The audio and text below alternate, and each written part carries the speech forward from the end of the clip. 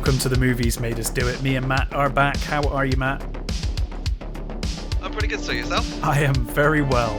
We're dealing with some internet issues. But hopefully... We are. Hopefully we'll finish this one. Yeah. Well, what have you been watching? I know we watched a movie together. Not together, apart, socially distanced, but we have seen a movie. The same movie.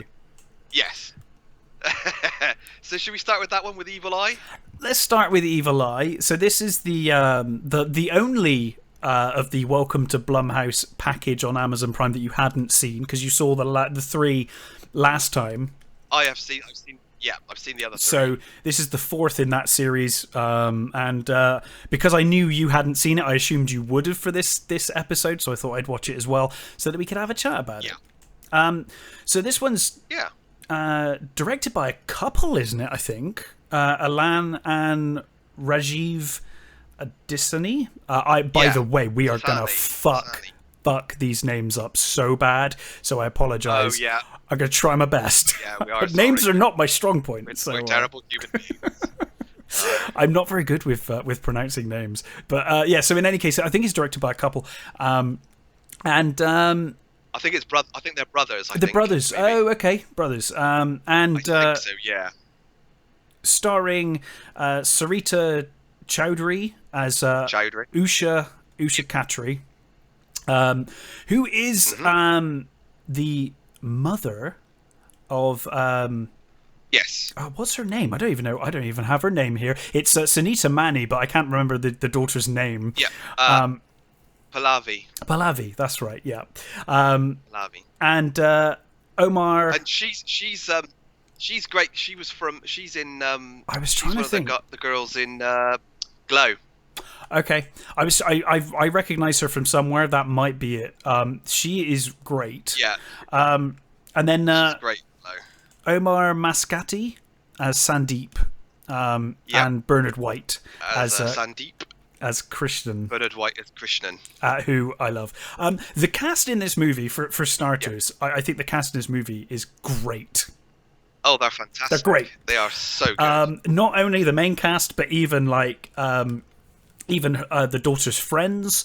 Every performance in this film, I cannot fault any of it. It is great. The performances are superb. I just thought I'd start there because my review of this film is not so positive overall, but the cast I think is very strong and superb. That's definitely been one of I think the things that stood out the most of this series, these four movies, is the performances have all been pretty much spot on. It's interesting. I've not watched any of the others, but it's interesting that problem seems to follow through all of them, because they've all got different writers and different directors, and I would say as well, actually, visually, this film was really well directed, I thought, in places. Yeah. I thought it was really, really well directed and really well acted. And my main issue with this film was with the plot. And some of the pace. Well, not the plot, just the way that they've decided to put the plot onto screen and the way it unfolds. I think it's. Yeah, I suppose the writing, is the way they deal with it. It's sort of. I think it starts well. It does. It starts really well. I think for the first half, it's really good. Actually, well, not really good, but it's good. I was fully invested. Towards the end. Towards the end, it just kind of falls apart.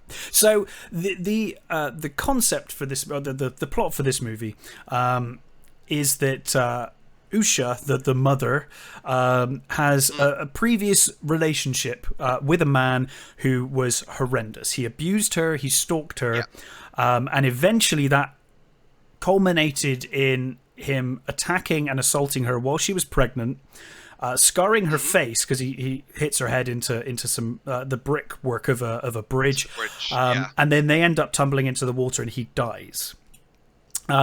Years later, she has her daughter, and she has a new husband who is wonderfully played by Bernard White, and I love his character in this movie. So brilliant. I absolutely adore his character. He's great.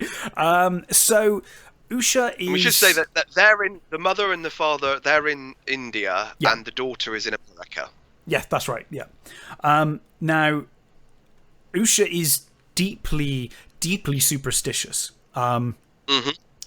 And she kind of off the bat, they're like immediately like she's very superstitious about everything. She believes in astronomy, doesn't she? She's like, oh, tell me, you know, you need to find a man with yeah, you need this star sign, and she sends her daughter all these charms to ward against the evil eye.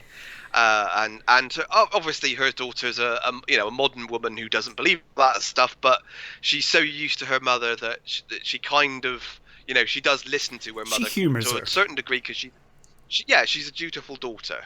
Enough, but she's obviously like a bit of a party girl, and she's not really met anybody, but her mother is convinced that she should settle down before her 29th birthday, which is coming up, sort of thing. Yes, it's because she believes that once she gets past 30, she'll never find anyone. It's in the stars. Or she'll find, someone bad.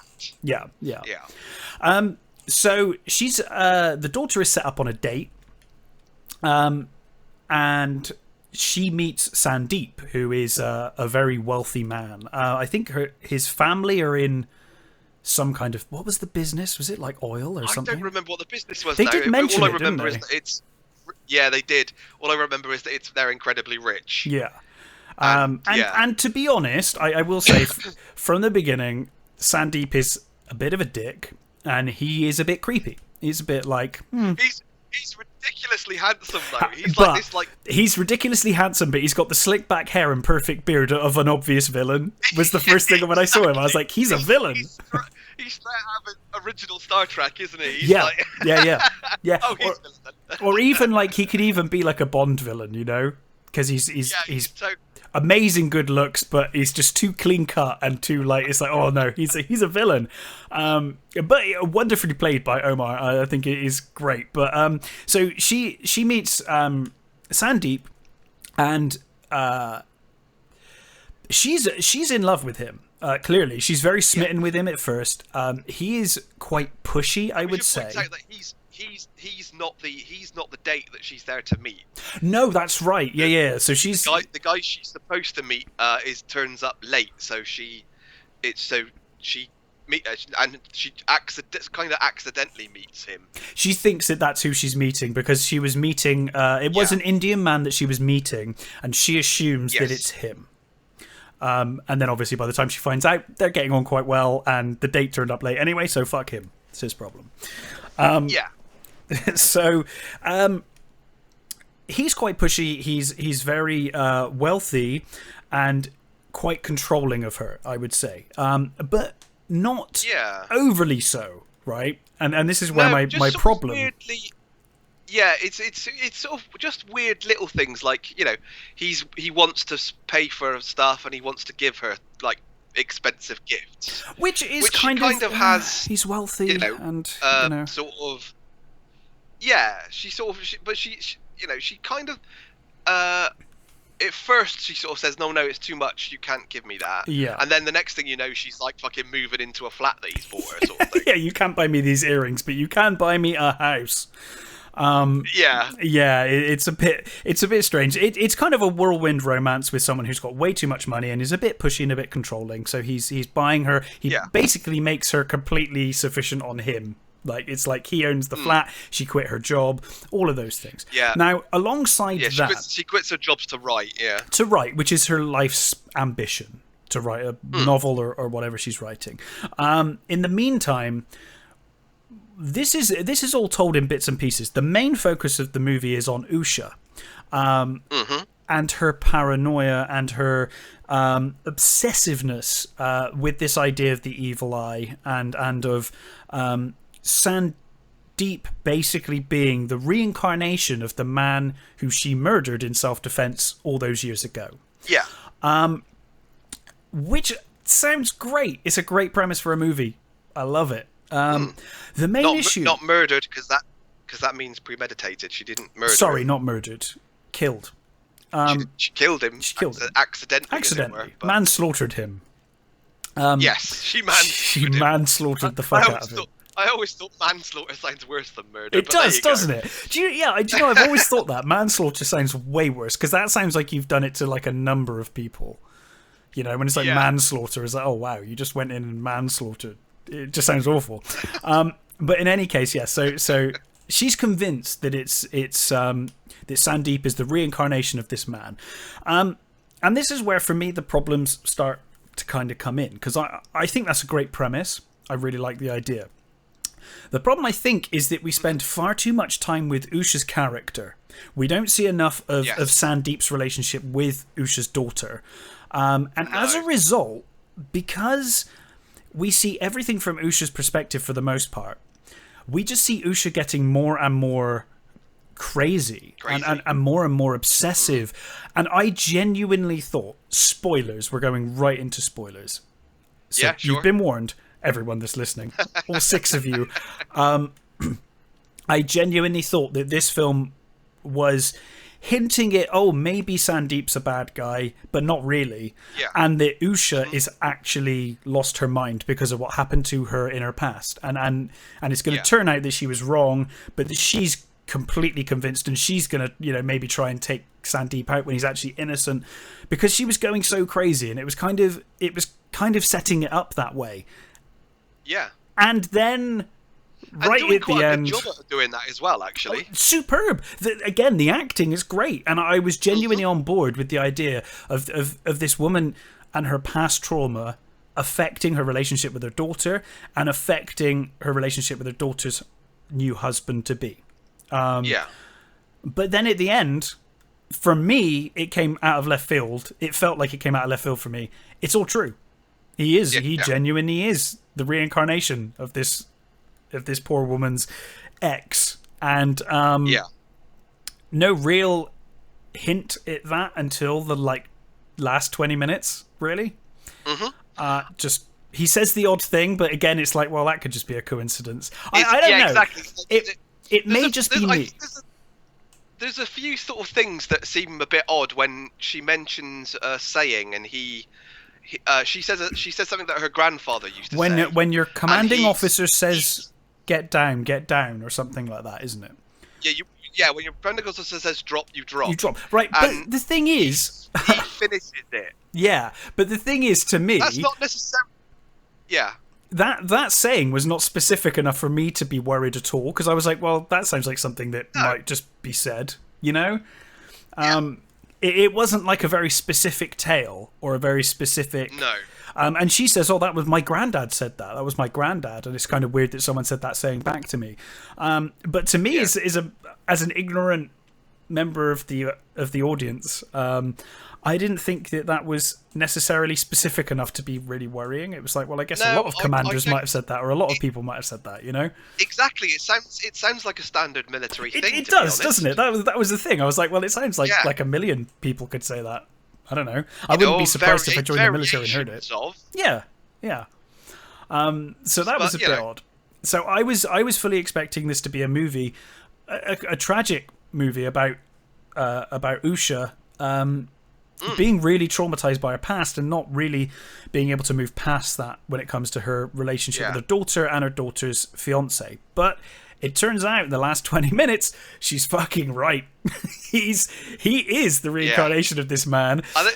And it was like, oh, okay. Sure.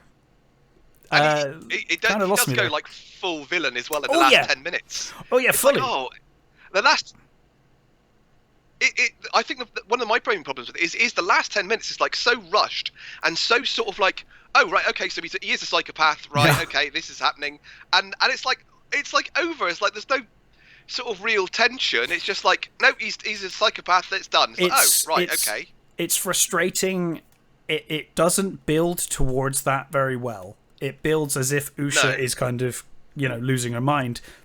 When it gets to the point of Sandeep going crazy, there's no time at all. It goes from 0 to 100, and it's really anticlimactic, to be honest. It just doesn't build well, and then it's over, and it's like, oh, okay. Which is a shame, because I do think this film's got real potential, and it's got some great moments and it's got great performances throughout. I like the story. I just don't like the execution so much, Yeah. I think what they should have done was have the mother go over earlier so that you could have seen them all together and build up and so that he could creepily like reveal himself over time, you know, or over even like the last half of the movie. That would have been so much more sort of like, you know, add to the paranoia, add to the pressure, you know, make it seem like he still could be a normal bloke, not the, you know, the reincarnation of this guy. I think but they just sort of cram it all into the last 10 minutes, and you're like, oh. Yeah, I think we needed more time with Sandeep and Usha's daughter as well. Yeah. Because we just don't see enough of their relationship to really get an idea of like, oh yeah, he is really awful. Like, he seems like a bit of a dick, and he seems quite controlling. But I wouldn't say at any point it went to the point of like, oh my god, he's insane, and then until the last like sort of 20 minutes, and it's like, oh, okay. I thought the reveal of the earrings was quite good. If it would have been done like, you know, in a better build-up. Yeah, that's the thing. thing. Like all of a sudden she's showing it, and the way she just leaves the dad is I found really annoying. It's like he's been nothing but this like lovely supportive guy throughout all this stuff. Who's slowly sort of thinking, you know, she really needs help. She really should be getting help and stuff. And then she just sort of fucks off and leaves him, and you're like, that's so like wrong. He's honestly my favorite character. Yeah, he's great. Yeah, she just leaves him in India and goes to America. That's the end of him. I'm sure he would have been much more useful if you would have taken him with you, because in the initial thing they would, when she's broken up with this, when she was in the past and she broke up with this guy, she then met him and they were together. Yeah. You know, while he was stalking her. But she never told him that he was stalking her. She never said to her husband, you know, her husband or husband to be, that this guy's like stalking me. He's like everywhere I go. He's following me home. It's like, so he didn't find out until the guy was dead. Do you know? I think like what would have really, really helped this movie is if they were all in India or all in America. They could have met each other earlier. They could have played this out. There could have been hints to Usha, but not... Because that's half the problem. She's only seeing things on the phone or like a video message to her daughter. Yeah. It's like, you don't really have enough evidence for this to really be believable at all. Whereas if they'd... What I can gather, this was an audio book, which apparently the audio book is all done over phone calls. The problem with I guess that's... is like... I mean, I've got a number of audiobooks. I've got Dune on audiobook. I've got The Lord of the Rings on audiobook. The Lord of the Rings audiobook is almost 20 hours long for the Fellowship of the Ring alone. Just for the first one, yeah. Just for the first one. So, and I mean, obviously, there's a lot more than in the books than in the films. But my point is, you can probably drag that out an awful lot longer and go into a lot more detail in an audio book. Yeah. They didn't really accomplish that in this film, for me. No. No. I like the idea of it all being over the phone, but again, even if they did that, leave them at one couple in America, the other couple in India. There needs to be more communication. We need to see more of both sides. It felt too weighted on Usha's side. Yeah. And I just didn't find it that believable that she was coming to those conclusions, which led me to think that she was actually going insane until the end when it turns out she wasn't. So, but it may just be me. It may just be me. It has got a terrific cast. It is well directed. You know, it's not awful. It's just a bit of mess. A bit of a mess for me. I think it's the worst of the four. Okay. I've not seen the others, so yeah. I think it's the worst of the four, but they're all on a sort of they all seem to be a similar sort of thing. They all sort of kind of have great promise, but don't quite deliver. They all feel like, you know, they could have been that much better. Do you think it's it's all the scripts that Blumhouse had? They're like, well, we've got to do this thing with Amazon, and we don't want to use any of our good movies, because we want to put those in the cinema next year. Yeah, they're all TV movies, so you know this one actually feels like a TV movie. Like, they kind of all do. Like not in direction, kind of like not in direction because it is well directed. You know, the color grading's great, all of that kind of stuff. So it feels above a TV movie, but it's still got that feel. It's got that Hallmark feel. In that kind of like it's like a Hallmark thriller. They kind of all do. They all have that sort of like slightly weird Hallmark feeling, except for like a Hallmark movie if they had really good performances and quite a good director. If Hallmark had a massive budget, yeah. If Hallmark had the budget, I think probably the best made is The Lie.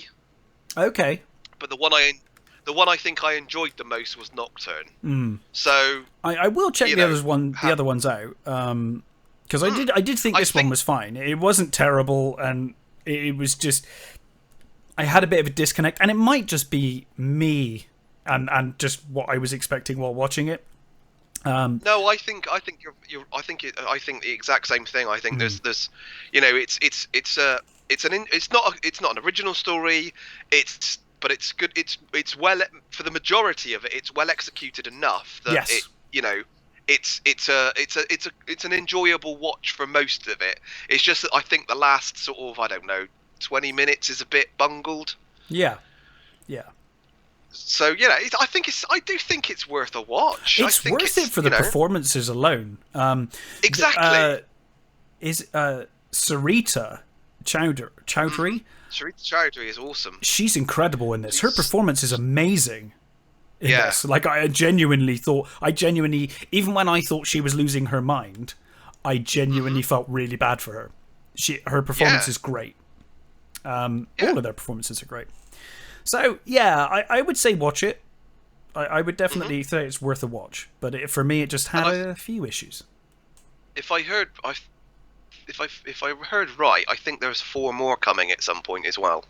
Don't know whether that's going to be over Christmas or what, but I think they've got 4 more Blumhouse movies to come. Okay. Hopefully they'll have a bit more horror bent, because the thing about all 4 of these is they've all been sort of horror-ish, but not really. They're more sort of, they tend to be more thrillers with sort of slight horror elements, or in the case of Black Box, more sci-fi elements. But I didn't think this movie had any horror. Well, like it's supernatural though, isn't it? Because of the reincarnation and the idea of. But I wouldn't say it was horror though. It just like a weird thriller, but it just didn't. It's supernatural thriller, I guess, is what you call it. Yeah, like there was no point where I was scared or like grossed out or God no, no, or anything that I would associate with horror. It just wasn't there. It's not creepy. It's not. Yeah. Like it was interesting, but I would call it a thriller. I would not call horror. Would not be a word I would choose to associate with this movie. I think that's the same with all 4. The most horror tinged is Nocturne, because it has certain definite horror elements in it. Sure. That you can, but even that, it's more of a psychological sort of horror drama, I guess you would say, than a straight up horror. Okay. Which is, I guess that's on us though, for presuming that Blumhouse is Blumhouse. It must be horror. Yeah. You're right. They don't. They have done films that aren't horror, but not many. I think they have done they've done films that aren't horror, but they have made their name in horror. That's kind of what they're known for now. And you're right, that's probably just us presuming. But they did release them around Halloween as well. So it was, it was kind of like, is this your horror stuff? I don't know. But in any case, I would definitely say check it out. And as you said, maybe check out the others as well. Matt's review of those 2 episodes ago, before The Fly. So did you see anything else? I have. I will start off with Ghosts of War. Okay. Ghosts of War. So this is it's a Netflix movie. Mm-hmm. It's directed by Eric Brass and written by Eric Brass, who's previously did Butterfly Effect and Final Destination. 2 films that I actually like. Yeah. I think Butterfly Effect is actually quite a good movie. I like the first one. I'm not going to delve into the sequels. No. That's clearly a movie that never should have had a sequel. it has its definitely it has its flaws, but Yeah. I quite enjoy it, and I love the first Final Destination is fantastic, I rewatched. and the others have their moments. They do. I rewatched the first Final Destination about 2-3 years ago, and it really surprised me how much practical effects are in that movie. I always remember. I think because of the sequels, I just remember them being CG. A lot of practical in that first movie, and it's a great idea. Yeah. It's a great idea for a movie. I actually rewatched it about 2 months ago. I think it was on it holds up. One of the channels. I think it's still pretty good. Yeah. Yeah, it holds up surprisingly well. So there's been a big gap between his stuff, but yeah, this is. So he's not done anything since then. I don't think he's done anything since. Where are we? Last thing he did was. Looks like Final Destination was the last thing he wrote. Jeez. Okay. Yeah. Let's see what his direction is. Actor. No. Producer. No, he's been a bit. Well, maybe he had a family or something. Raised a family. Might be working on something. Yeah. Anyway. Yeah. So it stars Brenton Thwaites, Kyle Gallner, Alan Richardson, Thea Rossi, and Skylar Austin. And also, it's got Billy Zane in it. Excellent. I love Billy Zane. As long as he's a villain, I'm down with it. Kind of. I can't. Ever since Titanic, he's just a villain to me. I can't see him as anything but a smarmy villain. Twirling villain. Yeah, it's really bad, isn't it? I mean, even when he's like playing, even when he's playing the Phantom, which I do not recommend you watch, but even when he's playing a hero, he's still too sleazy and smarmy to be a hero. He's just That movie is utter garbage, but I love it. I agree. So it's bad. The best kind of schlock. It's the best kind of schlock. Because I think the thing is that you can see them trying their hardest to make a good movie. They wanted to. The passion was there. Yeah, and do you know what? Fails almost every time. They did nothing like egregiously wrong. Like it's set in the right period, which I thought they would have thrown out the window. I thought they would have been like, no, it's modern day. Yeah. No, it's set in the right period. It's all like all the ingredients are there, and it just fails so spectacularly. But it fails with love. They tried. And I think it's in a similar vein. It was also done the same time as round about the same time as the Shadow as well, which is another one. Yeah. Which is another one which is a really flawed movie, but I really love it. They tried. I think the Shadow's much better than yeah. The Phantom. Phantom is terrible, but it is a guilty pleasure for sure.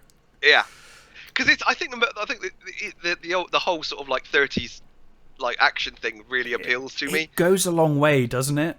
It really does go a long way. I think that's why I remember seeing back when I saw Marvel films in the cinema. In the start, the beginning, I remember seeing Captain America and reviewing that with a friend, and we were saying at the time it was awful, but it's just that vibe of the 30s 40s just saves it. It just makes it so much more watchable than it needed to be or should have been. It goes a long way. So anyway, Ghosts of War. So so. Basically, it's about 5 soldiers who, during the Second World War, they are trying to get to this French chateau, which was basically occupied by the Germans, and now they're supposed to guard it. Right. So, from the beginning, you get this sort of, you get a feeling that something weird is going on. There's something a bit weird about what's with something following them, maybe. And they get into the sort of the chateau. And they relieve the people that are there, and they're like, "Oh, we want to go now. Hurry up, we're going." And was like, we all, they're all sleeping in the one room, and they're like, "Yeah, well, it's everything's fine, but we're going." So it was like, okay, that tells you already. It's like, okay, well, it's fucking haunted or something. yeah, clearly this is not good. Yeah. So you then get like it proceeds to be your standard like ghost stuff. Like basically there was a family that lived there. Basically, the Germans murdered them, and now they sort of want revenge, sort of thing. Okay. Now, I don't know how much to spoil on this movie. It's up to you. We spoiled the shit out of the last one, so we did. But fair warning. I think I'm probably going to spoil this one as well. Okay. I think. So sorry, folks, but I'm going to spoil it. So it turns out, things you get the impression that obviously something other than the fact that they're in this haunted house is going on, because certain things happen, and basically it turns out that they're not Second World War soldiers at all. They're actually Iraq soldiers that have been put in a simulation. What? Yes. What, and just lost their minds and thought that they were actual soldiers in the World War II? So this is one of the problems I have with this. So the simulation apparently. No, I think Matt, you had to spoil this. There was no way around this. Yeah, like, this had to be spoiled. Yeah. What the hell? Initially, you get a lot of the stuff with this, like, one, the fucking soldiers are mostly fucking unlikable anyway, so you're already. It's a big problem. Yeah, I mean the actors are all sort of actors I've seen in other stuff. They're all, for the most part, quite good. Two of them are in the Teen Titans series, which which I quite like. I've enjoyed it. But most of them are quite unlikable, and then they're trying to sort of figure out what happened to this family so that they can put them to rest, and then the story keeps changing slightly, and then they seem to see these Arabic writing, and it's like, this doesn't make sense. What's going on? And one of the guys dies. Well, he doesn't so much die as he's dying, and then he sort of wakes up and goes, "Oh, it's all a lie! Everybody wake up!" And then he dies, sort of thing. And then they sort of they find out that what happened was they got put in this simulation because it's supposed to be a healing simulation. We're going to heal you with visions of World War II. Yeah. So the idea apparently... We're going to heal you by showing you an even worse war. Yeah. So Billy Zane turns up first as a Nazi officer that they kill, and then he turns up later on as the guy who put them in this simulation. Okay. Right. So the simulation basically, the idea is supposed to be that soldiers who've had traumatic injuries, because they've all got like limbs missing and stuff like that, and they're all like fucked up. Okay. So the idea is that soldiers they're trying to sort of heal better if they're put in a situation where they feel that they have something to fight for, and they feel that it's like a just war, I guess. Okay. So that's the sort of the conceit that's why they're put in the Second World War. That's a stretch. Yeah, exactly. It's like, but you sort of go, fine, okay, right? Yeah. And he basically says to them, well, if you put this in this, why the fuck is there a haunted house in your simulation? And he's like, well, there isn't a haunted house in your simulation. I don't know what you're talking about, right? So complete spoilers, sorry, but so it turns out what happened is, so in the Iraq War, this unit was supposed to go and pick up this guy who has been informing on the Taliban. Okay. He's their main source of information. So they're supposed to be going to pick him up and take their family out of Iraq back to America, I guess. But when they get there, they hear that the Taliban are on their way, and they're coming in really fucking big numbers. Okay. Right? So they literally hide them in the walls, right? Right. And then what proceeds to happen is the Taliban turn up. They basically torture them to death, but they stay hidden. They don't come out. Sure. So they stay in the walls and presumably witness this horror, or hear it. And the mother of the family puts this Islamic curse on them, which means basically it curses them for doing nothing. Mm-hmm. So basically what happens is that this curse has followed them into this simulation, and it's basically put its own, I guess, computer virus sort of thing in the simulation to make it so that there's a haunted house, and it's and this German family that they become in this sort of scenario a French family that was helping, like, supposedly Jews escape the Nazis. Okay. So, and I won't like completely spoil the end, but basically, there's that you get this sort of like, this is it, this is how it is, this is how that is, and it's like, oh god. The weird thing for me is, even though it's they from the beginning, they are setting up that there is something weird about the situation, and they also there was definitely some time one of the characters mentions some films that he watched as a kid, and they're the wrong because wrong time I know period. Only because I know the movies. Yeah, those movies. I think the movies he mentions are like 50s or 60s. Okay. And I'm thinking, well, that's a bit odd, but maybe it's just a mistake, just a genuine mistake. But but like I said, there are little things that are suggesting that they're not who they think they are. My main problem with the movie is it feels like they basically had two scripts that they just thought, wouldn't it be good if we put these together? Yeah, that's never good. Yeah, and it's just done with such sort of jarring, even though they've set it up.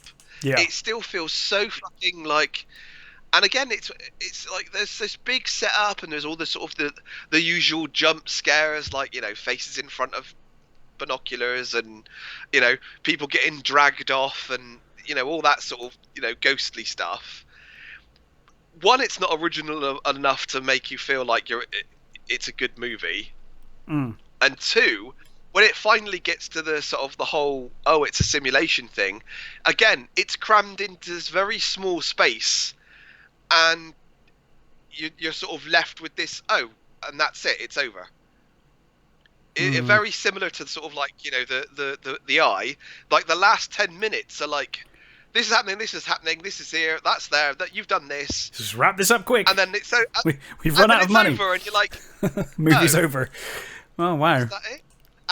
And it really does feel cheap as well. Some of the sets. There's one scene where they're walking through like a French village, and it's like, yeah, that just looks like walls that they've painted. Yeah, really bad.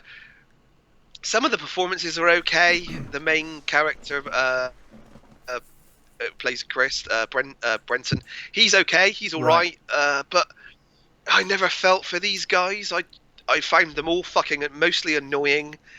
So when you're not in this sort of thing, you have to be on the guy's side. Like look absolutely, and I struggle enough when it's designed to be bad guys or people that I'm not supposed to like. I struggle to watch those kind of movies anyway. But certainly, if you want protagonists, I need to believe in them for sure. Yeah,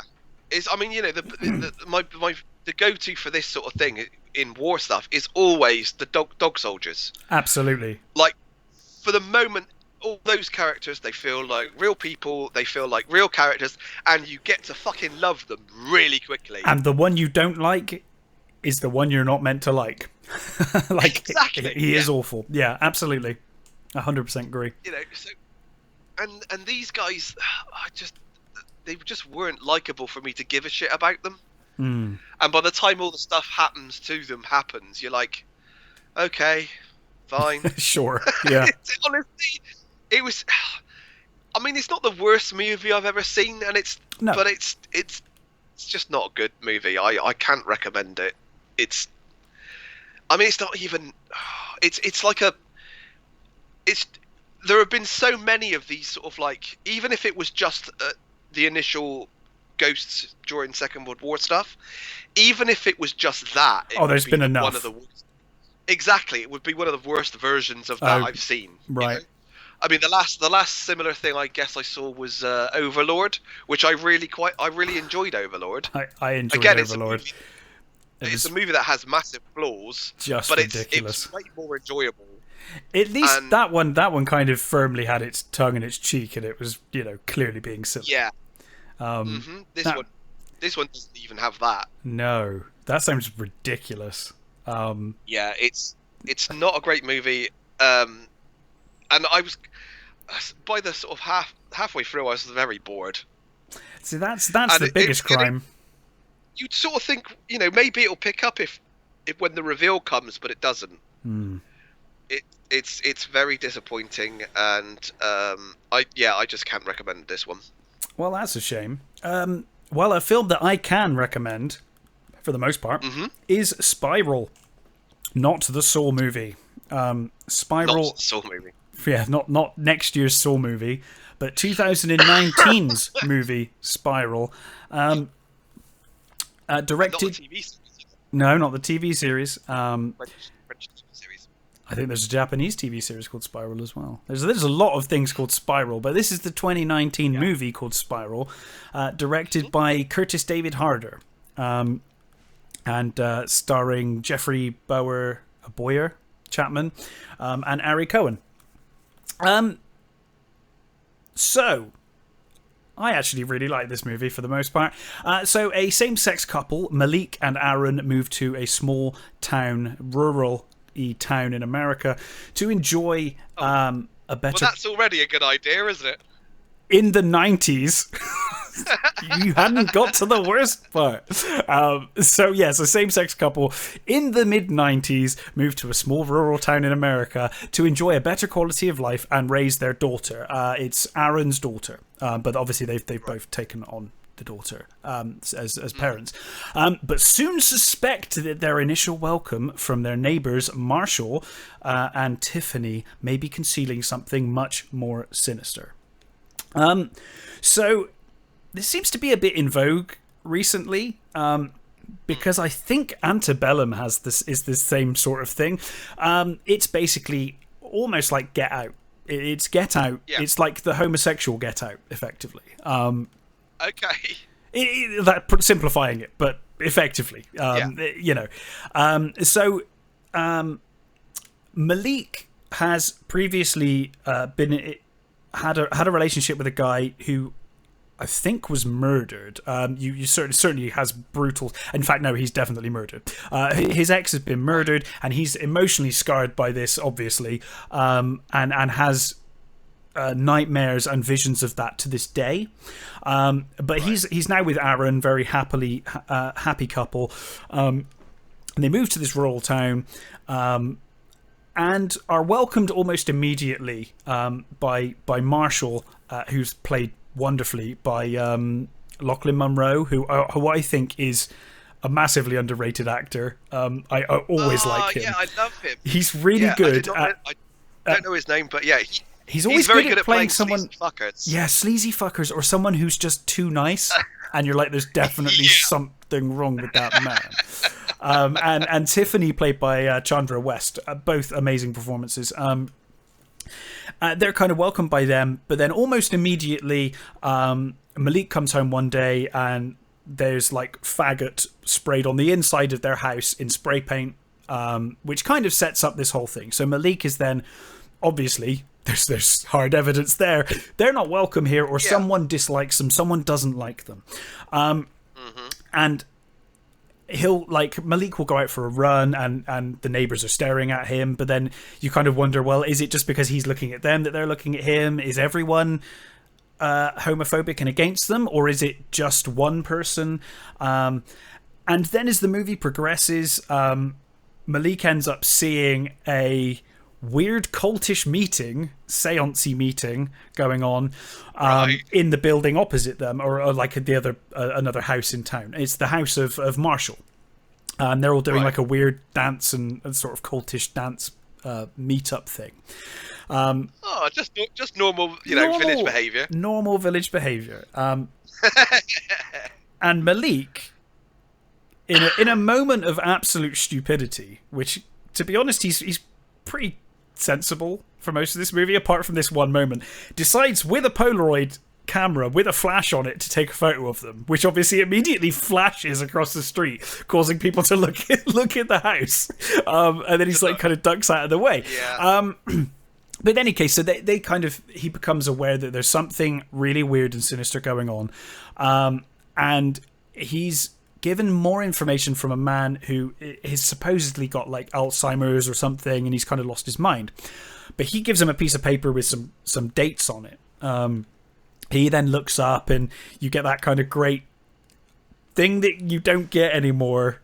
You could only get because it was the mid-90s, going to the library and looking through newspapers and stuff, all of that. That good stuff, the microfilm stuff, all of that, microfiche, which I love all that. So I was like, this is great. So Great. Honestly, I won't spoil it. I really enjoyed this movie. I really enjoyed the cast are superb. The acting's great. Some great horror moments. The only thing, the only places where I think this movie falls down for me is there are some logic problems and things need to very conveniently happen for Malik to kind of uncover what's going on. And also, I think this movie is at its worst when it, for some reason, despite being a really strong movie and despite having me completely invested, feels the need to do Conjuring-like jump scares with creepy girls for no apparent reason every now and again. Right. It's like is Malik losing his mind, or is he getting visions of previously murdered people? Who knows? I think it's a generational thing. I think maybe that the audiences these days expect jump scares, otherwise they don't think it's a horror movie. I can say that this movie would have been better without them. And it's not that it's a bad movie. I actually really enjoyed Spiral, and I would recommend it. I really did enjoy it. I think the performances are great. I think the direction is superb for the most part. It's just a bit... Plot-wise, it was just a bit contrived, the way he comes across some of this stuff. And also, those kind of like, oh, there's a creepy girl at the side of the road while he's driving. Or, there's this ghost girl who jumps at Malik. And it's like, okay. And it's kind of explained who they are towards the end. But it just felt very unnecessary to me. But that aside... I really enjoyed Spiral. I think it was really good fun, and if you've got a Shudder subscription, I highly recommend checking it out. Well worth a watch. Okay. And certainly, from what I hear about Antebellum, haven't seen it, but what I hear about it, I think this is the better Get Out style movie.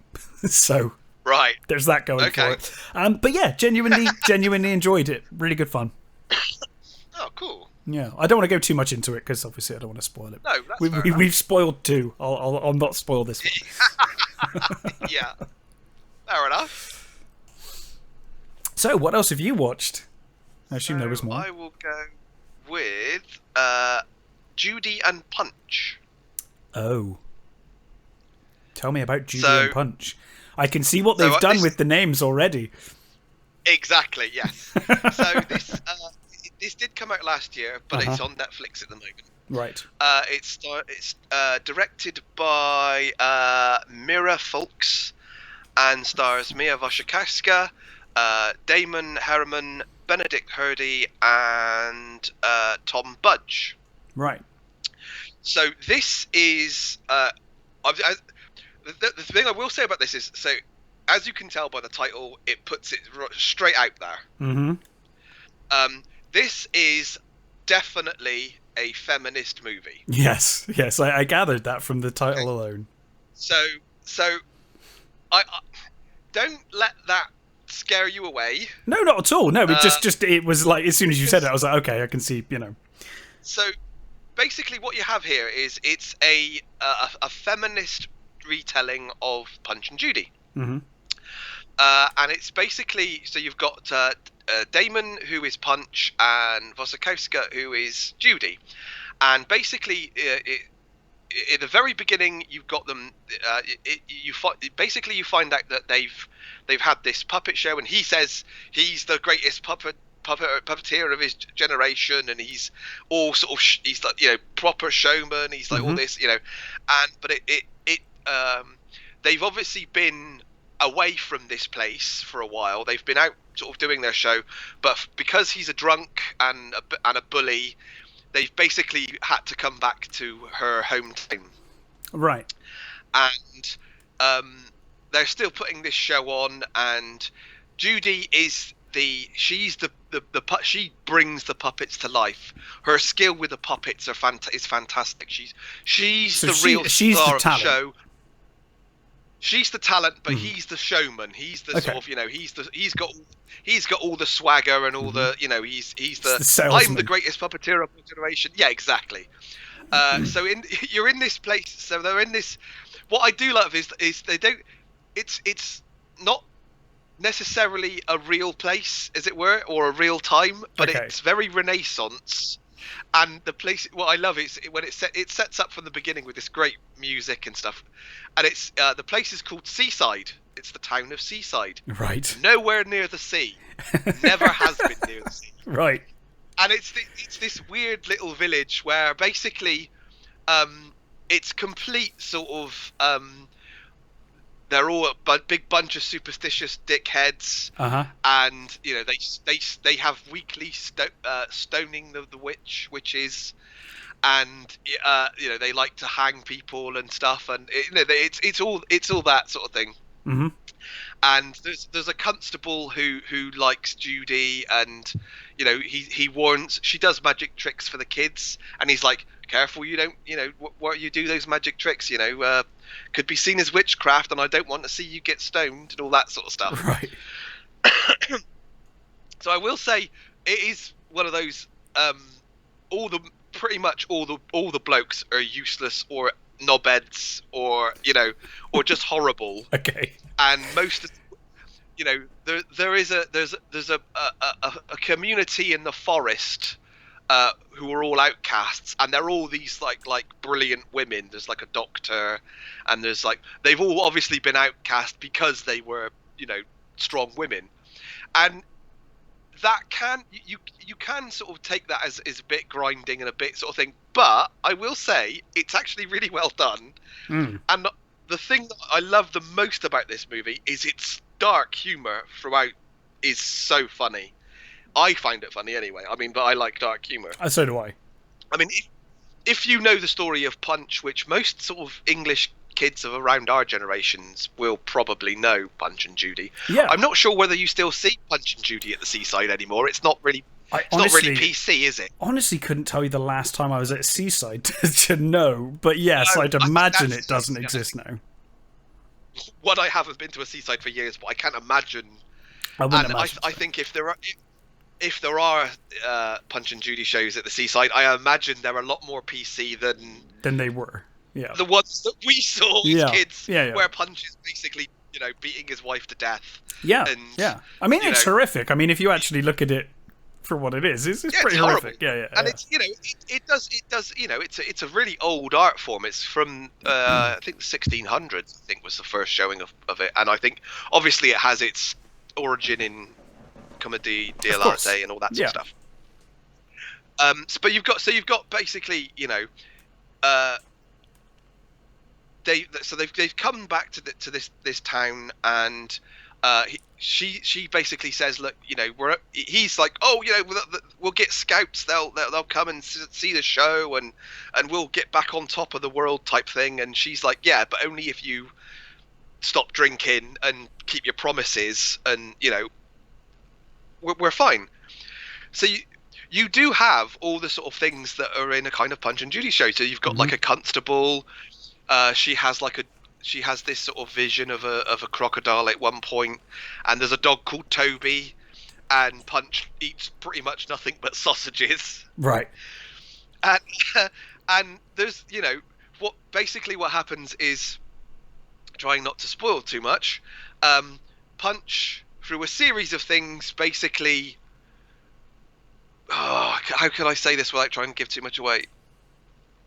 Okay, I'm going to spoil a little. He basically thinks he's killed her.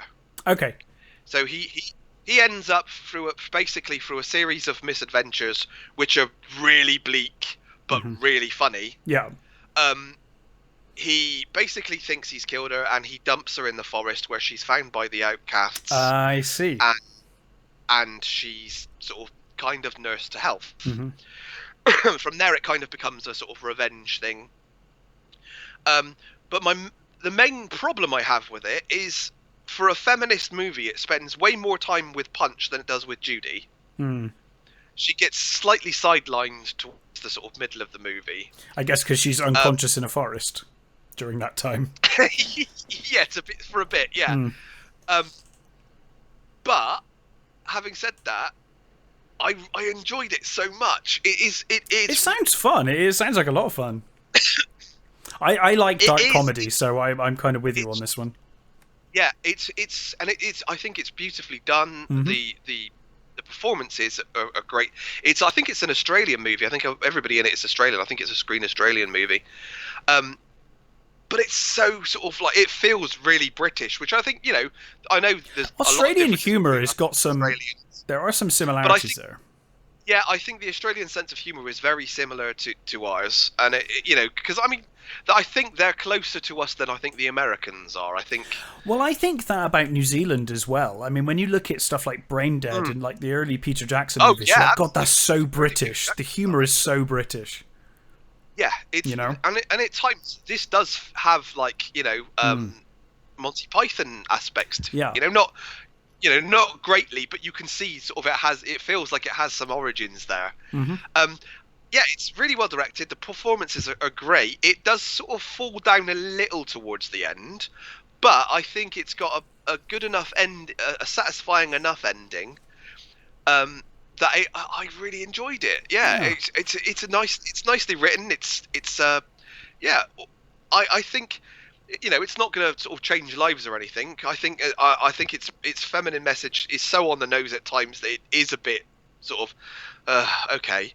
But having said that, I think it deals with it well enough that it's not just sort of pandering to a sort of it's not like the Virtue Signal movie. No, of course. It's not like and also I mean from the name you know what this is going to be. Exactly. Know what kind of movie this is going to be. It tells you what it is. Yeah. If you're not on board, and that's fine. If you're not on board with that. If you're not on board with it from the name, then don't. I think we're all on board with I think we're all on board with feminist movies. I really enjoyed Spiral, which you could argue, oh, it's really woke, but it's a well executed, well made movie that gets its message across really well. It's not it's only when it's badly written or it's changing things for the sake of changing things, with Star Trek or Doctor Who or whatever. That's the only time I ever have a problem with any of it. If it's well written, it's well written, and if it's good, it's good. And it sounds like this sounds fun. I think when I end up getting back around to my Netflix, I will give it a watch. Yeah, I honestly I can definitely recommend this one. It's a really quirky, fun sort of darkly comic, and sometimes at times almost horrific with the things that happen. Okay. Sometimes things happen that you're not quite sure whether they're going to get away with it. You're like, are they doing that? Okay, fine, they are doing that. Yeah. And but yeah, I really enjoyed it. I think it's a really fun sort of on message, I guess would be the say, but good. I enjoyed it. Well executed. Yeah. Great. I will check that out when I come back round to Netflix. Anything else? Have you watched anything else? The last movie is Cadaver. Which is a I think it's Norwegian. It's a Norwegian Netflix movie. I'm gonna forgive me again. I'm gonna butcher names. Oh yeah. So it's directed by Gerard Herdal, and it's starring Gitte Witt and Thomas Gullestad and Bjorn Haar. I think that's right. That's that. And so this is it basically takes place in a sort of a post-apocalyptic world where basically through a nuclear disaster or through nuclear war, everything's fucked, basically. Okay. I mean, that will do that. And you're introduced to a family, which is Lenore, her husband Jacob, and their little daughter Alice, who are surviving in this rather grand apartment. Actually, I think you discover that Lenore was an actress before the sort of the whatever happened, and people are on the streets. People are obviously beating each other for their resources, and there are people that are hammering on the door to be let in, and they don't let them in. And basically, this van turns up with this guy in it, and he says, "Come and see the show at the hotel up on the hill. There's this Matthias, he's this great guy Matthias, he's got this show for you to all come and see. You know, we all need a distraction from the horrors of what's going on right now. Leave the safety of your houses and come to this obvious trap. Well, yeah, exactly. He says, you know, but there's a free meal in it. Of course, yeah.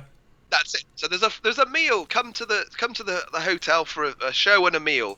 And they're like, you know, it would be good to get for our daughter to smile. You know, let's go to this hotel and have this thing. So they go there. They get to this hotel, and basically they're told by this Matthias, you know, they get their meal and they waff it down, and they're sat with other people, and they're sat with this other couple who introduce themselves and say, you know, oh, we're this and this, and you know, it's a good meal and all that. And this Matthias comes out and he says, you know, oh, you know, we all need distractions, and you know, what is it to be human and all that sort of stuff. And basically tonight, there's going to be a performance. He says, but it's not just on a stage. The whole hotel is the performance. So everybody here is given a mask, and you keep that mask on. Anybody not wearing a mask is a part of the performance. Right. So, and what will happen is people will come and they will go, and you choose who to follow. You go around the hotel. If you want to, you know, this person will turn up, and you go, oh, I will follow that person because they're interesting to me. Or maybe you want to go to another room. All the rooms have people in them. They're all, you know, doing whatever it is they're doing. So they put their masks on and they go around, and they're wandering around, and obviously, you know, there are rooms where people are having sex, and they like steer their daughter away from the room.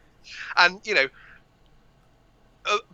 before you know it, you know, it's that old, oh my, you know, the daughter disappears, and they go looking for the daughter, and they lose their masks, and then obviously certain things sort of unravel to sort of, you know, those. So, what I will say about this movie is I did enjoy it, but there are the whole thing is fucking obvious from the beginning. I wouldn't have left the house. I would have just been like, no. Like, somebody turns up and says, it's a free meal, come to the obvious fucking trap. And you're like, yeah, no, let's fucking not. Yeah, no. I mean, thanks. You know, they are starving, so you can sort of think, well, okay, you would go to get a meal, maybe, but maybe not take the daughter with you. Yeah, maybe, or, you know, maybe send one of you, and you know. Yeah. Again, the performances are pretty good. The main woman did get bloody annoying. She was. There's a lot of sort of like silly choices about like trying to follow the daughter and trying to find the daughter, and the decisions that you just sort of think, I'm sure a family wouldn't choose to do that. And there are obviously sort of like little things that, you know, there's things reveal them, you know, things happened to Matthias in the past that, you know, hinge on why he's doing certain things, and it's, you know, it's to do with how far you would go to survive in a world that's turned to shit. So, you know, I guess it's how far you go with you're willing to spend your like cents, then and just go with it. Again, it's another one of those. It's not original. There have been movies similar to this in the past. It was enjoyable enough. Yeah. It was the set, the hotel itself is beautiful. It's really great. I don't know whether it's a real hotel or whether it's a set, but it's beautiful. I really love the hotel. Most of the performances are quite good. It times a little bit to sort of you know, what's the word I'm looking for? Hyper is the only word that comes to them at the moment. A little too sort of you know, too hysterical. Like, okay. Yes, hysterical. Especially the mother. Her portrayal's a little too hysterical at times, and you do sort of think, oh, for fuck's sake, just pull yourself together and get on with it. Yeah.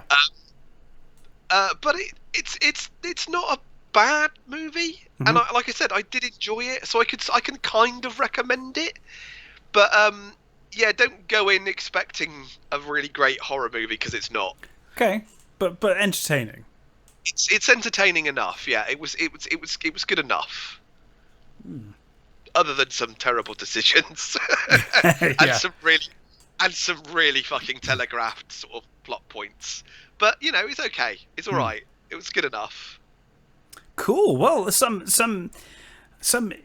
movies to watch, some movies probably to avoid. And yeah, good fun all round. I haven't watched anything else other than I did watch the Orville season 2. I finally watched the Orville season 2. I still haven't seen I haven't seen the end of season 1. I haven't seen season 2 yet. I loved it. Season 2 is even better. It's so frustrating, isn't it, that nobody's picked it up for like terrestrial or anything? Because I want to see, the Orville. I was getting it from. A friend was giving it to me from stuff, and it's really annoying. It's frustrating in a way because quite often you're watching the Orville and you're like, I remember this story from TNG. I remember this story from TNG, and I remember this story from TNG in a different. Yeah, but they've got their own spin on it. But like if you take the general idea, like okay, I vaguely remember that from TNG. But the thing is, because Star Trek's in such a fucking state, you're just like, it's just nice. And I think that's the thing. Nice. It does such a great job of being Star Trek with slightly more funnies. Yeah, and to be honest, they kind of lessen the funny in season 2. There is still. I have heard that. There's certainly still comedy, and there's still comedic moments, but it is a lot more serious. It's got some great the story arc concerning Isaac, the android or the robot. Yes. Fantastic in season 2. Really good. They do some great. They do the TNG. What if this person did something different in the past and went a different way? Like what's the episode with Picard when he goes back? The heart episode. The heart episode. The Nausicaans. Yes, yeah, that episode. It's like very much like that. I fucking love that episode. That's a great episode. When Picard ends up being like a nobody on the Enterprise, I love that. Yeah, and Riker's like trying desperately to think of something nice to say about him. It's just like you're punctual or something. It's like you're punctual. Yeah. Yeah.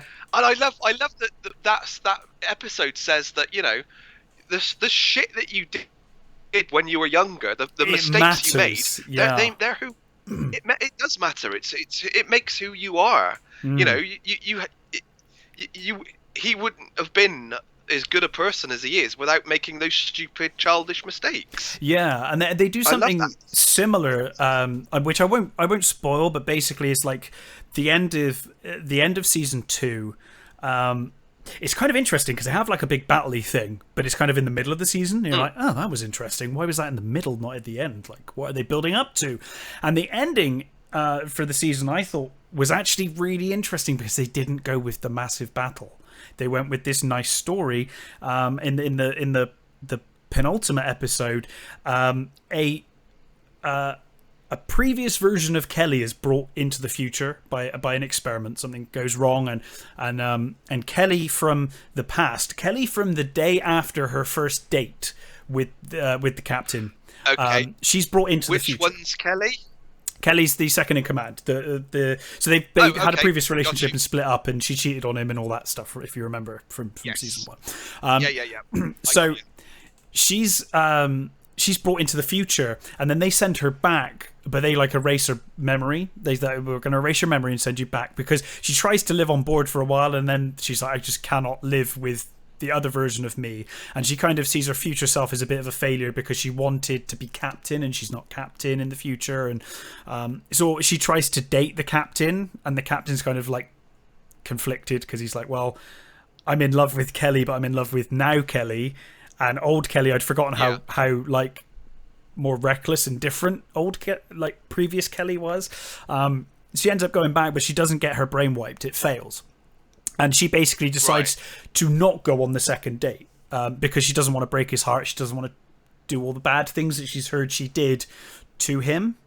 And that basically sets up this wonderful finale where because of that decision they never met, and you see the repercussions of them not ever meeting, and then it's this sort of race to try and fix the past and stuff. It's really interesting. I was genuinely impressed. I think they improved upon any of the failings of season 1. Feel like they're improved upon in season 2, and that nice, lovely TNG feel is just continuing.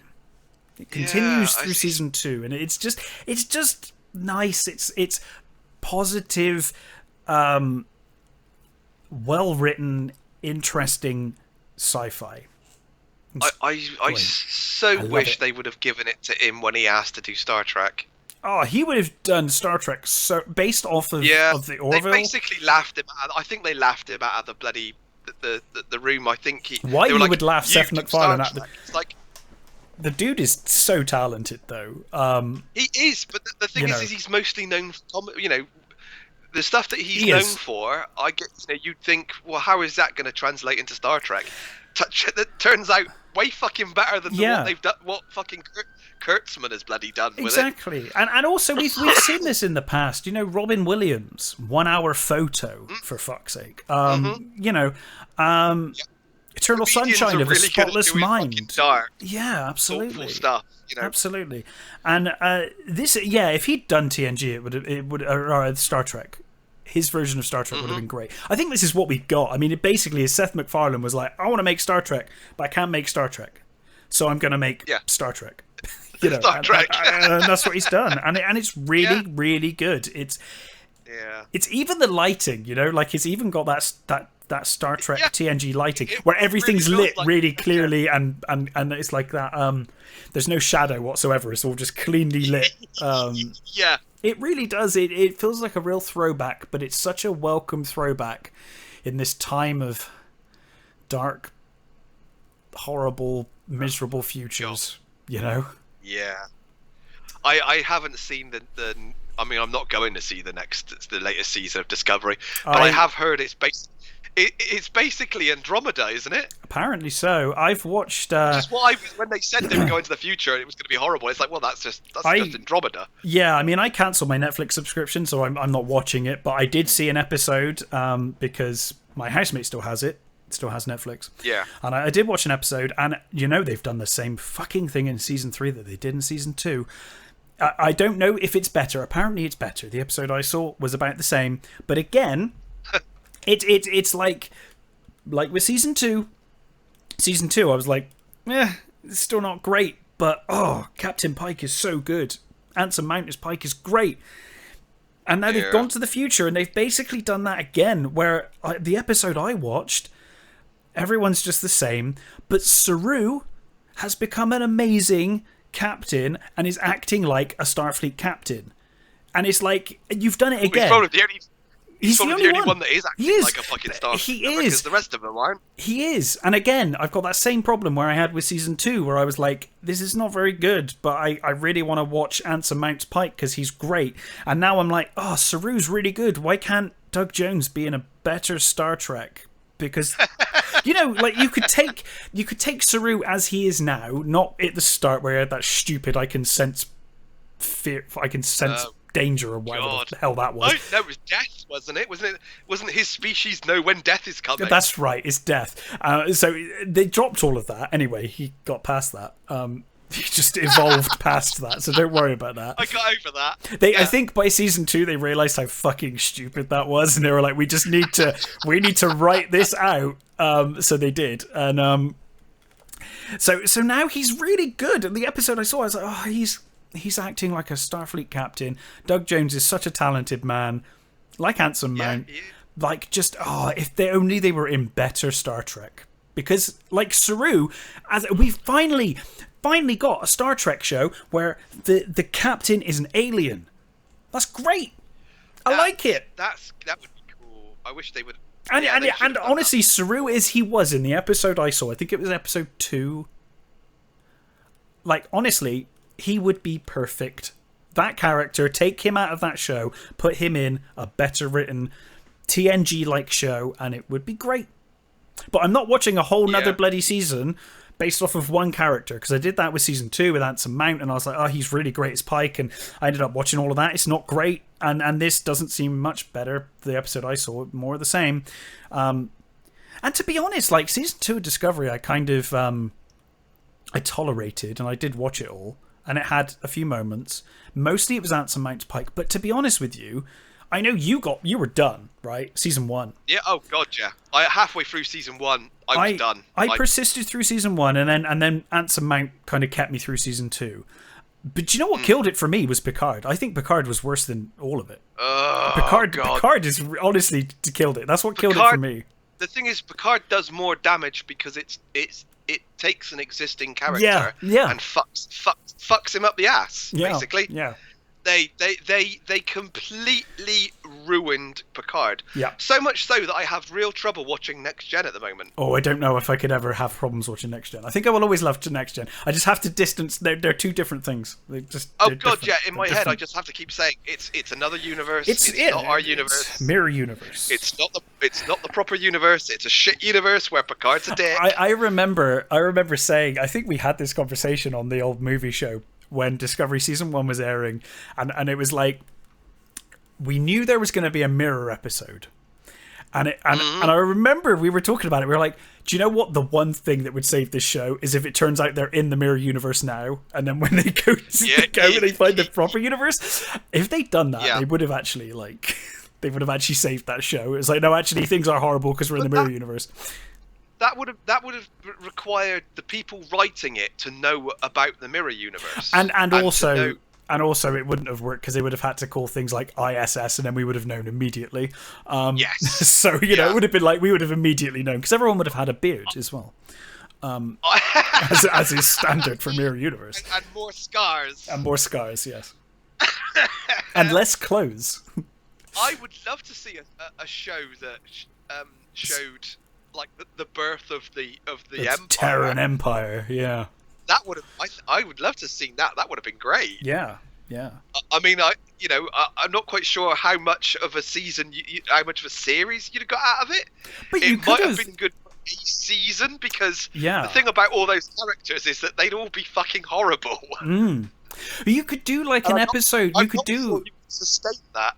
No, but you could do a show where, like, you start in the mirror universe, and they're a mirror universe ship, and then something goes wrong, and the two ships swap places, so that the standard universe ship goes to the mirror universe and is destroyed, and then the mirror universe ship ends up in the standard universe, and then you can do your it's in the prime universe, and everything is as it should be, but we've got this crew who aren't right, and they're not good, and a crew of really horrible people. But they're trying. But then they're trying to do good. They decide they're going to try. But then because then you can have your because none of them act like bloody Starfleet in this show. So you could have that then, and it's like that makes sense. They don't.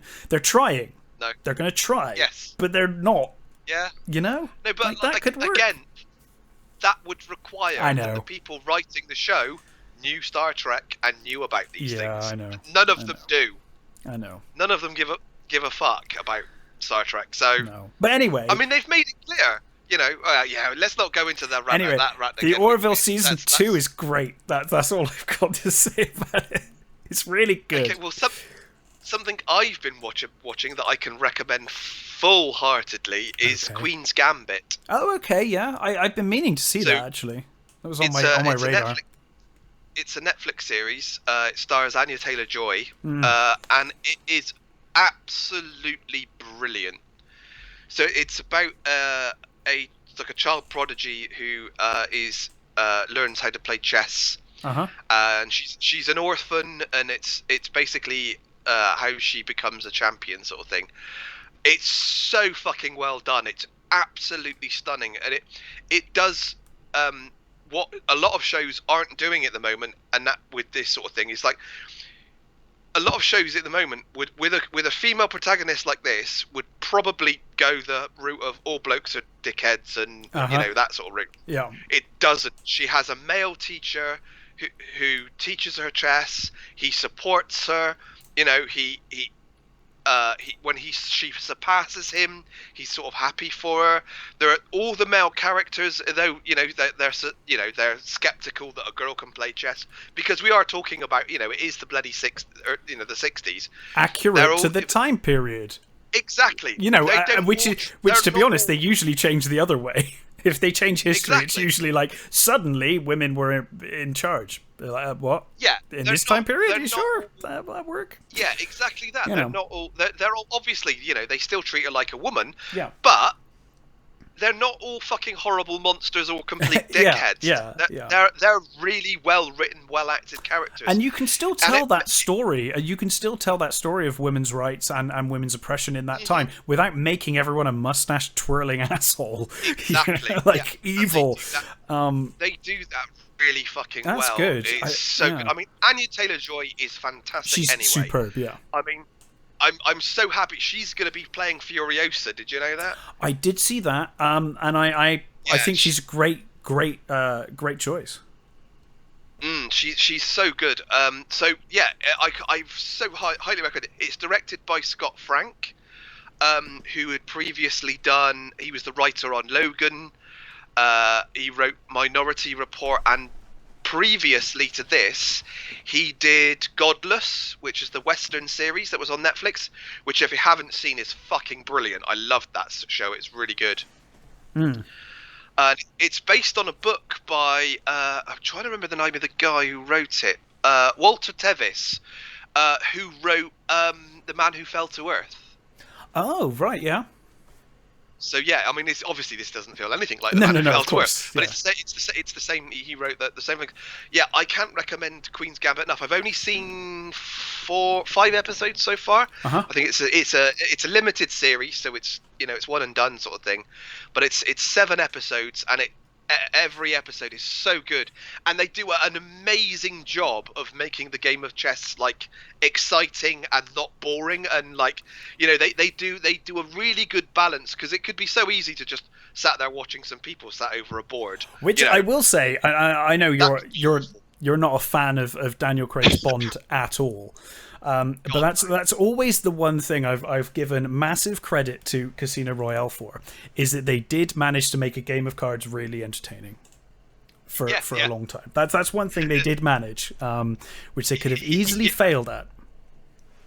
Yeah, this is the way she sort of thinks about chess, and you see the way she plans things she sort of looks at the ceiling and she sees sort of thing, and it's about really great things. It's about loneliness and family and all those great things, and it's about addiction, and it's a great fucking series. I really, really recommend it. It's so good. Well, I will definitely, again, once I get my Netflix subscription back, I will definitely watch it. It might all fall down at the end for all I know, because I've only seen the first sort of 4 or 5 parts, but so far it's been absolutely stupendous. I really loved it. That sounds great. Well, I think this is ending on a positive note, which is nice. Yeah. Although there were some movies there. A few quick sort of newsy bits. Okay. They're doing a Island of Dr. Moreau. Oh God. Adaptation. Okay. Do it. Well, hopefully they'll do it better this time. Well, hopefully it won't have the what happened to the last one. Good. I do like that movie. Though. I do enjoy that movie for what it is. It's a weird fucking movie. I kind of like it. I kind of enjoy it as well.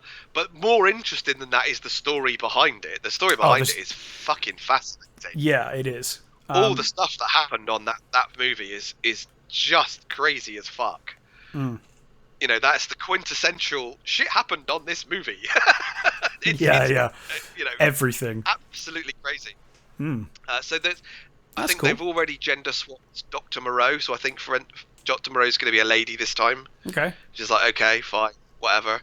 And more interesting than that, I think, just on a personal level, they are going to do a Buck Rogers universe. I'm done with that. They're rebooting Buck Rogers. Apparently, they're going to try doing movies, TV shows, and animation. Fine. They want a full-on sort of world. Apparently the rights to it are a bit up in the air, so I think they're having rights issues at the moment. The weird thing is the original book is it's public domain, so you can do anything you want with that. However, but he's not called Buck all the other characters and everything else that go along with it, with the series. He's not called Buck Rogers in the original book. He's something else, Rogers. He didn't get Buck to become Buck until the 20s, I think. Or late, or the serials, I think, is when he became Buck Rogers. Right. So, and those rights are owned by, I don't know whether it's Universal or something. Anyway, those rights are owned by someone else, so they've got to try and get all the rights together to get all the right, stuff. So I'd like to see a new version of Buck Rogers to see how that goes. Yeah. Why not? They might be being a little too ambitious with it already. If they're, saying we want the movies. Oh, they always do that, though. That's just what they do these days. Ooh, good luck. Yeah. I mean, that it's like the Battlestar Galactica thing. It's like that. The first series of Buck Rogers is fantastic. Second season, not so much. The second season is held up only by Hawk. That's the only reason to watch season 2. Completely. We've discussed this before. We both season 1. Hawk. Season 1 is genuinely a brilliant season of a show. I love Buck Rogers season 1. Season 2 is trash, but I love Hawk and I love his ship. So I'm like, I don't care. Season 2 becomes Battlestar Galactica, doesn't it? It's it really kind weird. of does. Yeah, it kind of does. But Hawk is awesome. And I used to love his ship. His ship was like the coolest thing as a kid. It looks rubbish when you look at it now. But when I was a kid, it was the coolest goddamn ship I'd ever seen when that thing came on screen. I was like, that is so cool. It's got claws that grab. It's brilliant. It's got everything. Yeah, it looked so good as a kid. Now, not so much. But yeah. It's fucking awful now. But I'm up for that. I'm up for more Buck Rogers. Why not? Yeah. Why not? So yeah. There's that. Well, hopefully they'll sort it out and it'll be something interesting. I'm willing to give it a go. Yeah. We should also mention Sean Connery. Well, we're gonna cover a Sean Connery movie, aren't we, next time? Yes, I think for that reason. Next show, I think we will do a Connery movie. We haven't decided which one we'll do yet. No. I think we're leaning to 3. I think, aren't we? I think From Russia with Love, Zardoz. Yes. And what was the other Man one? Who Would Be King. A Man Who Would Be King. Yeah. That's probably more me than you, I think. but a great movie nonetheless. It's just such a massive actor. It's just like it's just so many amazing performances. So many great fucking movies. He was the. I mean, although it hurts me to say this sort of stuff because I hate it, but even though he had some questionable views, he was a man. He was a man's man, and he's from a much older generation where it was acceptable to be like that, and it really annoys me. I read one obituary which ended on the whole like, and his portrayal of Bond you wouldn't get away with it now, and it's like, why are you putting that in his obituary? Yeah. Don't fucking put that shit in his obituary. Fine, have that opinion yourself, but don't fucking put it in his obituary. And separate artist from art. Because I agree, he had some awful political views, but then I see it the same way that I see like Charlton Heston. I don't agree with a lot of his views, but he was a terrific actor, and I loved a lot of the films he was in. It doesn't change the fact that he was a very talented actor, and we can discuss that. They're also products of their time, completely. I mean, it also doesn't change the fact that he's pretty much the best Bond. Yes, he's my second favourite. But yeah, he's amazing. Yeah, I mean, to be honest, I say he's changed. I say he's my second favourite, but in all honesty, again, like I said, From Russia with Love, we discussed this before we started the show. From Russia with Love, for me, is not my favourite Bond movie, but objectively, it's the best. I think it's the best Bond movie, and that's how I feel about Sean Connery. Not my favourite Bond; he's my second favourite Bond, but he is probably the best Bond. He is. He took over as my favourite Bond. When I was a kid, it was Roger Moore. Of course, because as a kid, Roger Moore is perfect. When I was a kid, Roger Moore was Bond. When I was growing up, obviously I went through all the the later changes as well. But I think, when you go back and watch those movies, I think Connery had the best movies. Yeah, hands down. And I think his portrayal is really the best Bond. Yeah, the best. There's stuff to be said one. about Dalton, and there's stuff to be said about the others, but Dalton's my favourite because I really like that burnt out, like, one more round Bond, but which it makes more sense with him. I think they've bungled it with the new Bond stuff. Oh yeah, it's not anywhere near as good as he was. I also think the George Lazenby movie is really good. Actually, that's a really solid movie. On Her Majesty's Secret Service, is fucking great movie. It's really overlooked, criminally overlooked, in my opinion. And the thing about that movie is because of the when he gets married and because of the ending and stuff, it does really feel like its own thing. It doesn't. It's its own story. It doesn't feel linked really. Yeah. But anyway, Connery. We're going to do a Connery movie next. But yes, unbelievable career, amazing career. Yeah. Well, this has been fun, and like I said, we'll think of a Connery movie to cover next time. Any of those will be perfect. To be honest, there's a lot to discuss on any of those ones. So we'll have a think, and when we come back next week, we will do a Connery movie in honor of Sean Connery. Until then, have a great weekend, and we'll catch you next time. Bye.